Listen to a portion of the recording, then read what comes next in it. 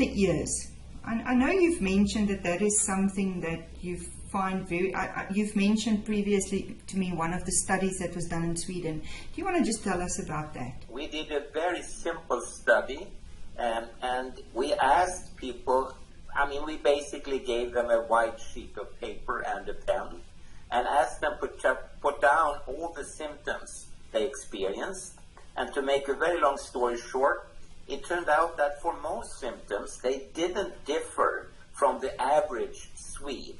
Anyone would report the same type and the same number of and the same severity of symptoms, but there were a few symptoms that were less common and also a few that were more common, and one that really got us excited was tinnitus, because 100%, every electrohypersensitive person had tinnitus. And at that time in Sweden, there was also a huge debate in public media because the number of tinnitus patients in the hospital wards had increased quite dramatically. And there you had a possible culprit, maybe something to do with the electromagnetic fields and the gadgets around you. Yeah. So that's a very interesting one.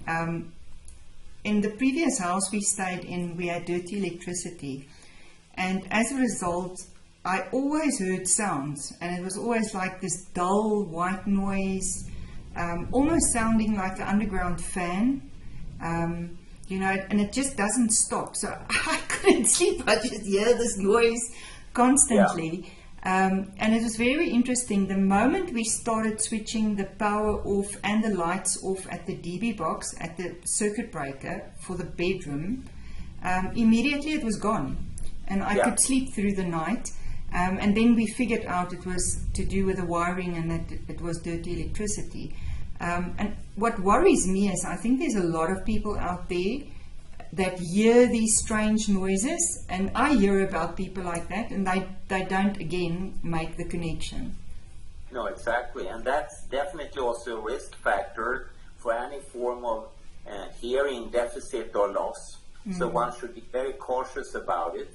And also it's kind of ironic in a sense because, the electrohypersensitive person will actually vacuum clean his or her environment from such electromagnetic disturbances, as you call dirty electricity, and a lot more. And they will also avoid using various cell phones, wireless indoor phones, wireless smart meters, wireless baby alarms, laptops, Wi-Fi routers, etc. And therefore, maybe, and I coined this in a few papers, maybe it is like this, that you, being electrohypersensitive, you are actually the normal. Whereas I, not being electrohypersensitive, not picking up on these colossal exposures with avoidance behavior, I'm actually electrohyposensitive.